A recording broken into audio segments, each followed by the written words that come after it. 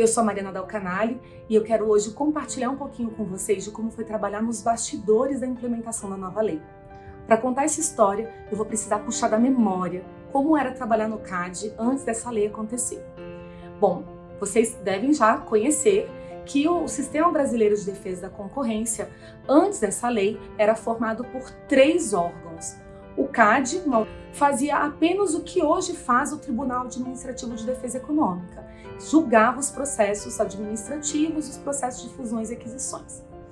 Bom, para instruir esses processos, que é o trabalho que hoje nós temos na Superintendência Geral do CAD, nós tínhamos 2 secretarias que funcionavam em 2 ministérios diferentes.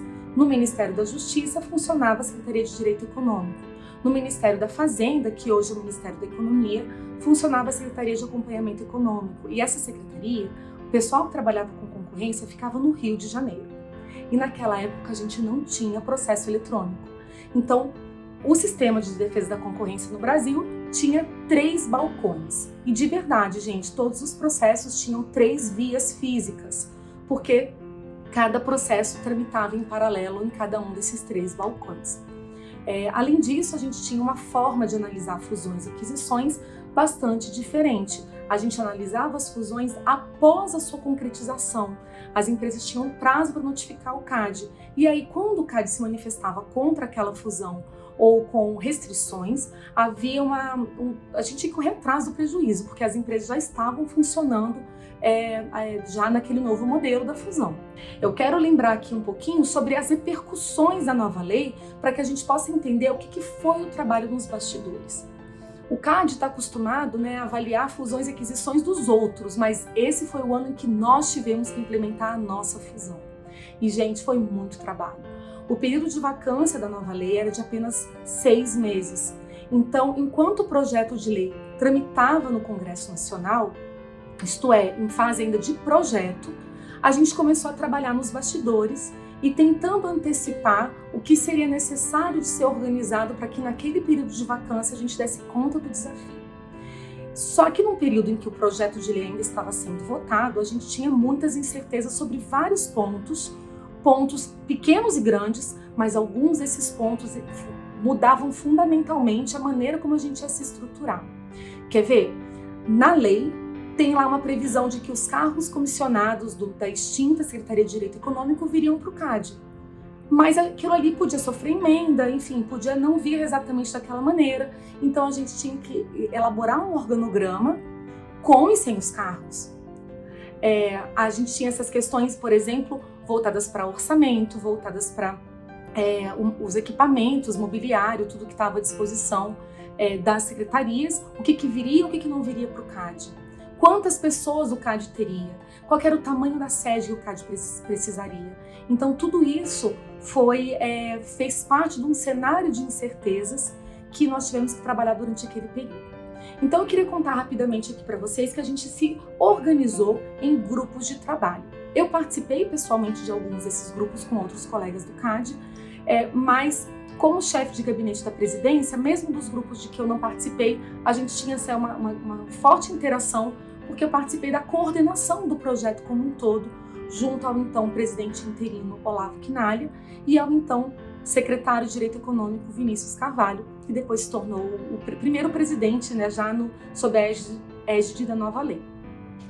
Bom, então como é que funcionou esse período desses grupos de trabalho?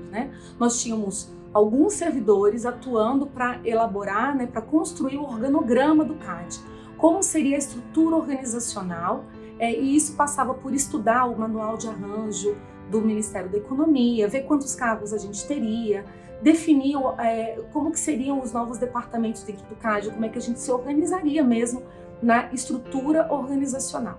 Um outro grupo fundamental foi o grupo de análise prévia de atos de concentração. Esse grupo se concentrou em fazer um benchmark internacional e entender quais seriam as melhores alternativas para que a gente pudesse, na nossa realidade, tratar os novos processos de fusões e aquisições no Brasil.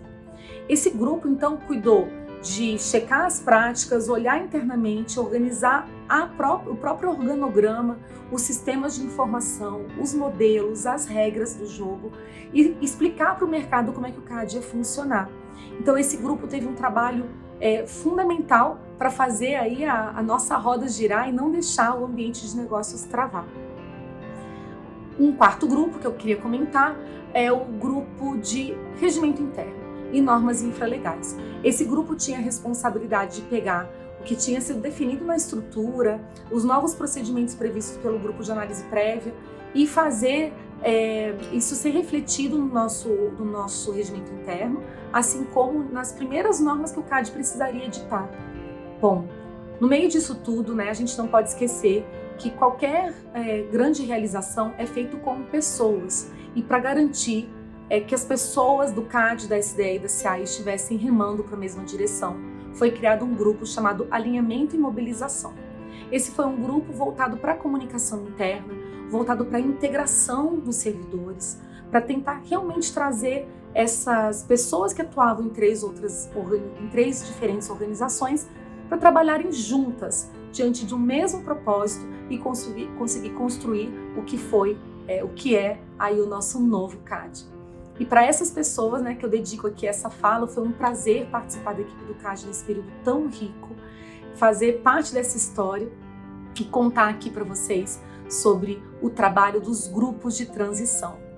Um abraço e um carinho aqui. Até mais!